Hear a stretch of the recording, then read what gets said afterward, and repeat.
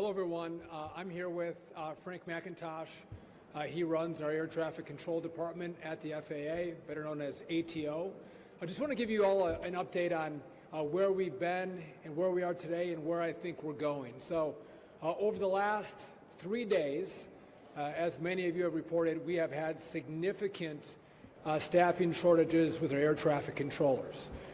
Saturday, Sunday, Monday, very rough travel days, significant cancellations and significant delays.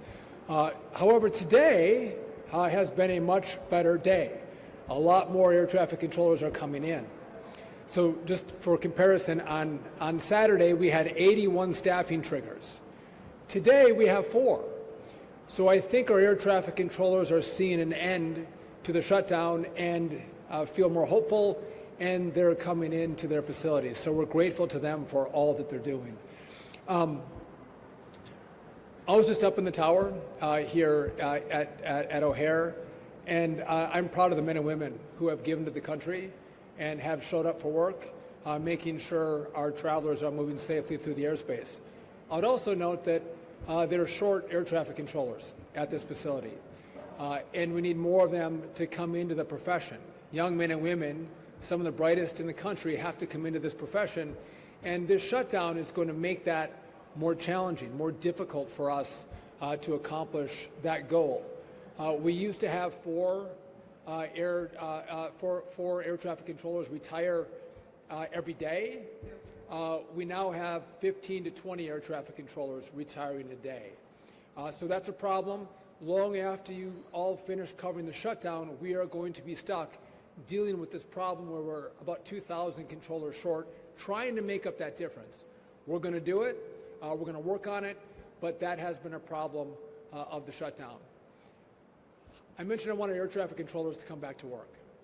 So to be clear, anywhere from 24 to 48 hours after the government opens, they're going to get a photo ID and 70% of their pay. So 70% of their pay comes within 24 to 48 hours. So I encourage all of them to come to work, to be patriots and help navigate the airspace effectively for the American people. The remaining 30%, I think, will come in about a week after the government opens. I want to say thank you to Senate Democrats, the 8 of them that voted to open up the government. That's critically important. This is now going to go to the House. I encourage every single Republican and Democrat to vote to open the government. And I don't want to be Chicken Little for you all. I'm going to give you what I see. So if the government doesn't open, if the House doesn't do its job, I've had questions about what happens for Thanksgiving. There's a lot of Thanksgiving travel. What's going to happen during that time frame? I'm going to tell you we are not going to get to Thanksgiving. You're going to see this Friday, Saturday, and Sunday. The big disruption thus far, massively more disruption as we come into the weekend if the government doesn't open. It is going to radically slow down. So the House has to do its work. And by the way, I'm very hopeful. It seems like they're in a good mood to come in and vote to open the government. And again, I hope they do that. We're going to take your questions in a moment, but I do want to let you hear from our acting ATO, head of our air traffic controllers, to talk about what he's seen. Then we'll come back and we'll take some of your questions. So, Frank. Good afternoon, and thank you, Mr. Secretary. But before I say anything else, I do want to thank the men and the women, the air traffic controllers, our supervisors, our technicians, our individuals that work at our FAA JTOC and Command Center who have kept this system running over unprecedented times, under unsure times of when the next paycheck's going to come and how they're going to make ends meet. And through it all, they kept everyone at this airport safe, as well as all the airports around the country. Mr. Secretary, I also want to thank you for visiting these facilities, spending time with our controllers and our technicians and our managers to understand the problem and to hear from them firsthand. I can't tell you how much it means to them to have a boss come and listen to that and listen to them and how we're going to get past this shutdown. From the Air Traffic Organization, we're extremely hopeful that we are on the eve of the shutdown. And the reason why I'm saying that is this past weekend, Friday, Saturday, and Sunday, witnessed 3 of the highest staffing trigger numbers out of the 4 that we've had on record during this shutdown. Out of these whole entire days, we've seen 3 staffing triggers, Friday, Saturday, and Sunday, that severely impacted the operation. Normally, what we will do is we'll put in ground delay programs that you'll see your flights being delayed. That's a normal protocol. This past weekend saw us put in airspace flow programs where we had to slow the entire country down, which forced massive cancellations and delays. This is not sustainable for our air traffic controllers, for our technicians, and for the American public. For our controllers who are working and worried about what's going to happen to them, rest assured, when the shutdown's over, they will be made whole, and they'll be made whole within a week. What's really important for us is getting back to business. And what I mean by that is Thanksgiving is coming up. This is the time where everybody comes and connects with their loved ones. This is the time where air traffic controllers and technicians say, it's go time. It's go time for us. We want the shutdown to be over. We want our controllers back on the boards doing what they do best, which is separating traffic and keeping everyone safe. We look forward to getting back to business once this shutdown is over and ensuring that we once again hold true to what we promised to everyone in this room and across the country. We got you. We'll keep you safe, and rest assured we'll get through this together. Mr. Secretary. Thank you. I want to thank Frank as well. He's done a masterful job at the FAA navigating this crisis for us. A couple points, and I'll take your questions. As we come into Thanksgiving, this is a Super Bowl of air traffic controlling, right? It's massive movement of Americans. And again, this shutdown is going to get us to a place where we can get controllers back in our facilities controlling the airspace. I want to bring up one issue that I'll take your questions. You saw on Friday, on Saturday, we reduced our flights by 4%. So 4% of commercial aviation had to be canceled. Now, some have claimed that this was based on politics. This was based on pressure. And I would just tell you that this information to do this reduction in flights by 4% on Saturday, it came from the safety office. The safety office made the recommendation, they elevated it, and we implemented it. And I'd also note on Saturday, Sunday, and Monday, the cancellations in the airspace were higher than 4%, right? So some might argue we didn't cancel enough flights. Today, we increased it by another 2%, so we're at 6% of cancellations of flights in the airspace. Some have asked, when are you going to start rolling those back? The answer to that is this has all been data-based. We've seen incursions on runways. We've seen loss of separation in the airspace, and we've seen heightened complaints by pilots of the communication they're having with air traffic controllers. When this information goes in the wrong direction, we have to make decisions to keep people safe. You all saw it with the DCA air crash. The last administration didn't see the 85 near misses that happened in that airspace. They didn't take action. They didn't look at the data. So we are going to look at the data and make the best decisions possible to keep the traveling public safe. That's what we've done. When that data changes, we're going to start taking down from 6, maybe we'll go to 4, 2, and get back to normal air travel. But I want to just clarify what we've done and why we've done it with the reduction of flights. And by the way, I think that by having a system-wide reduction where people and airlines can think through the cancellations, that's far safer than seeing hotspots around the country and random cancellations and delays. It leaves airplanes stuck at certain airports. It leaves crews stuck in other locations. It's way harder to manage. So we think this was the best approach to reduce the risk in the system and improve safety. So with that, happy to take your questions. Yes. I'm Alex Capriello with News Nation. You talked about loss of separation, essentially aircrafts in the sky getting too close for comfort. Can you expand a little bit about what the data shows, how close maybe some of these aircrafts are getting to each other, and then if this were to, God forbid, end in disaster, what you could say the DOT and the FAA is doing to prevent an aircraft fatality or something that really would be catastrophic? Yeah, so we didn't have near misses, but we did see the incursions of those separation requirements, right? When you have that, that's a sign of more risk in the system, which was one of the factors we looked at when we made this decision. Listen, you can walk outside. I can't guarantee your safety. You get in your car. I can't guarantee safety, but I have to look at the risk in this system, and then we have to make decisions based on that risk and based on that pressure, and that's what we've done here. And again, it's been a lot of conversations, a lot of analysis, and making the best decisions we can possible with the information we have, the controllers we have. But to be clear, we are concerned about people having flights delayed and having their flights canceled. That's a problem. But that is a secondary problem to safety. Safety is the number one issue. I want you to get safely to where you're flying. That is issue number one. And a quick follow-up, sir. Can you give us a timeline of what it might look like when the government does reopen to get things back to normal for the flying public and for the airports all across the country? That's a great question. So we're going to wait to see the data on our end before we take out the restrictions in travel. That 6% we have in place right now. But it depends on controllers coming back to work. Today's a good sign. We had 4 staffing triggers today.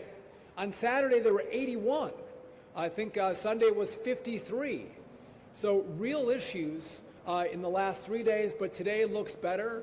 And the House does their work tomorrow. I think we're well on our way to getting to more normal air travel, less delays and less cancellations. Yes? Hi, Miranda Davis, Bloomberg News. Earlier you mentioned that if the House does not vote or if the government does not reopen, there would be massive disruptions this weekend. Can you quantify that in terms of like a percentage of flights canceled? So I can't quantify, but in my conversations with the airlines and with the FAA and what we're seeing with air traffic controllers, we feel there are going to be significant issues in the airspace. To quantify it, I don't have a crystal ball for you, but I can tell you what we're seeing with all of our equities, there will be real disruption. Oh, I think it's going to be more than 10%. And I think we might find airlines that have to make decisions. Do they keep flying? If this doesn't open, you might have airlines that say, we're going to ground our planes. We're not going to fly anymore. That's how serious this is. Yes? Hi, Secretary Duffy. Casey Cronus with Fox 32. Can you respond to President Trump recommending a $10,000 bonus for air traffic controllers that have come to work during the shutdown? And then second, how do you plan to fill that gap of 2,000 air traffic controllers that you will need to when this is all done? Yeah, listen, President Trump, brilliant.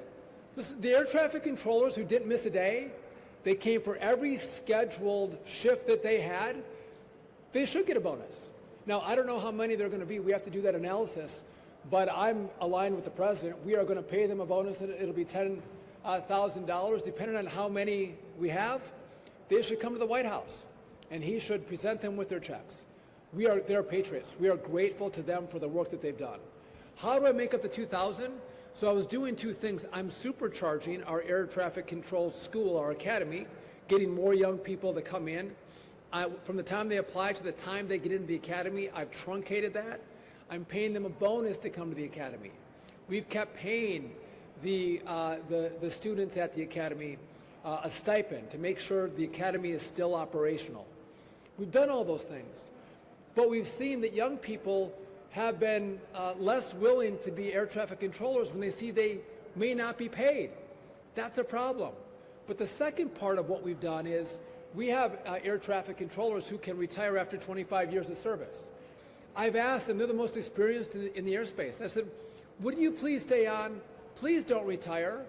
I'll give you a 20% upfront cash bonus if you don't retire and you stay on the job. And what we've seen in the course of this shutdown is a far greater majority of those controllers that I thought were going to stay are now retiring.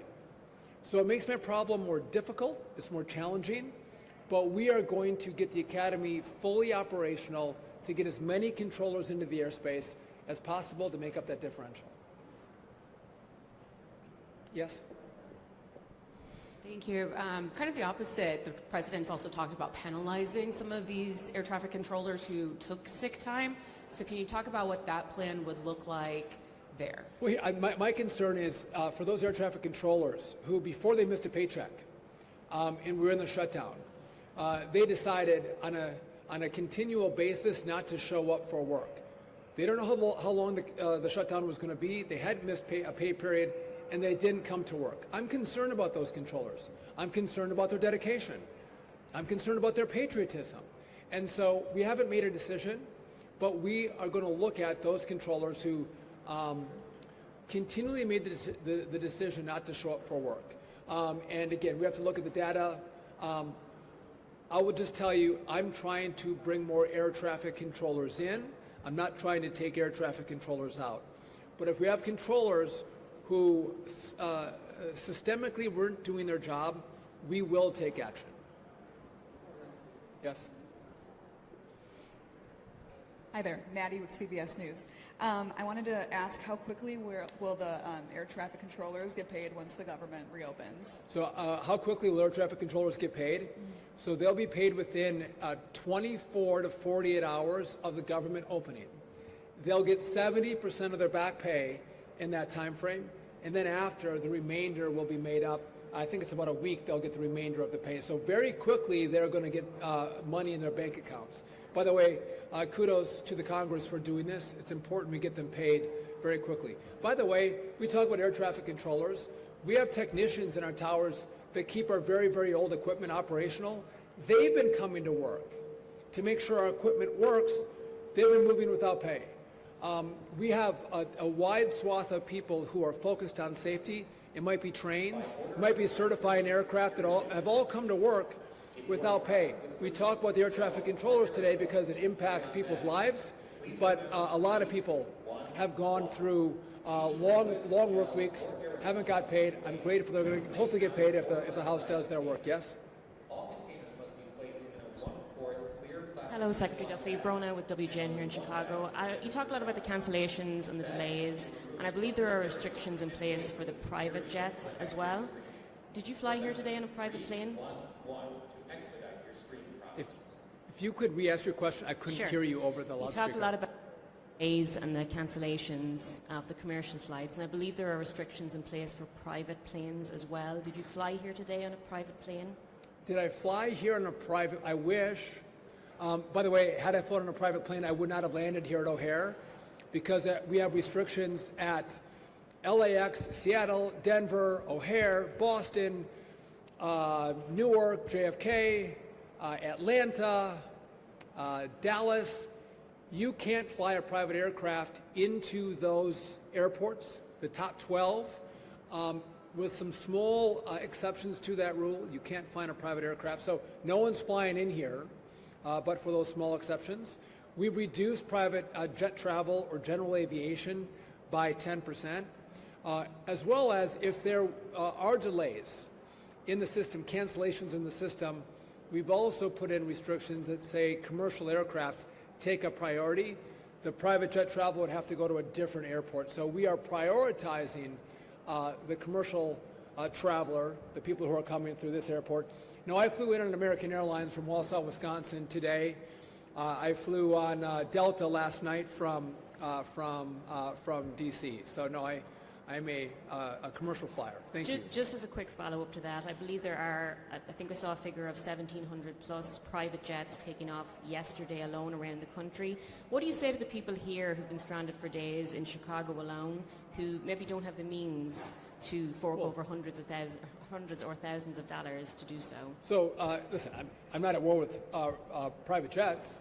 If there's an airport that doesn't have shutdowns and delays and it's not one of my top airports, and they want to fly their private jets out of there, that's fine. Or you want to fly your little Cessna out of there, that's fine too. I'm concerned about the airports that have the major disruption, right? So I'm not at war with anybody in aviation. I'm just trying to efficiently and effectively navigate the restrictions that we've had with air traffic controllers and make sure that commercial aviation is traveling well throughout the system, which would make sense. I think that's what anyone would do. Yes? Hey, Patrick with NBC5 Chicago. So just to clarify, you said if the government doesn't reopen, we could see more than 10% delays, and some airlines might even ground planes. Have you talked to airlines about that, or what are you basing that off of? I'm going to tell you that in the information that I have, you have significant disruption where you may find airlines that stop flying. Full stop.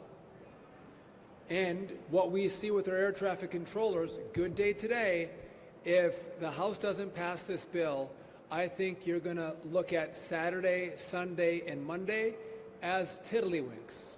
It was beautiful. It's going to get much worse than that. And we had talked about, and I had even mentioned, I think it would come at Thanksgiving. I don't think that's the case right now. I think it comes well before Thanksgiving. I think we would see that significant disruption coming this next weekend, maybe as early as Friday. And I think you're going to have airlines that make serious calculations about whether they continue to fly. Full stop. I'll do one more question, then I got to run. What are the next steps to getting them that technology? New technology for air traffic controllers. So I need $31.5 billion to do this build.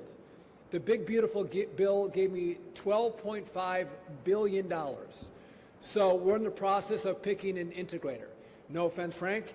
The FAA does a great job at safety. They don't know how to build. So we're going to have an outside company manage the build. We're going to have radios, voice switches, new radar, new telecom. We have to switch from analog to digital. By the way, that's somewhat complicated to do that, and especially while we keep the airspace operational. That's what we have the money for right now. I'm hopeful that the Congress is going to give me the rest of the money. This is bipartisan, by the way. Republicans and Democrats agree we need the money. When I get the rest of those dollars, we are going to work on what's called a common automation platform, basically the software that's going to run our airspace. It has to be brand new. It has to be developed, debugged, and then deployed. So that's going to take us longer than I think the 3-year period that we're on right now. And then the air traffic controllers, they need brand new equipment. You've seen the paper strips they use for flights. We're trying to move this to digital flight strips. Again, it's great 1985, 1993 equipment year. It's a blast from the past, but we should live today and technology from today. And I would just tell you, what we're doing isn't easy. And because it isn't easy, no one else has done it. Everyone else has passed it off. And Frank and I and Brian Bedford, but most importantly, President Trump has said, actually deliver for the American people, fix this system. And so that's exactly what we're going to do. And by the way, I talked about what this shutdown does for air traffic controllers. That's real. But it hasn't done that for this mission to modernize the airspace. We were given the money in the big, beautiful bill, so we had it in our coffers at the FAA. So that process has continued to move forward, which I'm grateful for. So that has not been delayed, though the air traffic controller issue is going to be a problem that we're going to deal with into the future. By the way, Chicago's been, at least today, running well. Love the air traffic controllers. I hope they get my flight out on time today. I put a good word in for myself. I'm kidding. But again, I fly to here quite a bit as well. I want to thank you for coming out and covering the story. Our mission, again, keep people safe. Keep people safe and do whatever we have to, no matter what the political noise is, to make sure that objective is accomplished. With that, thank you very much.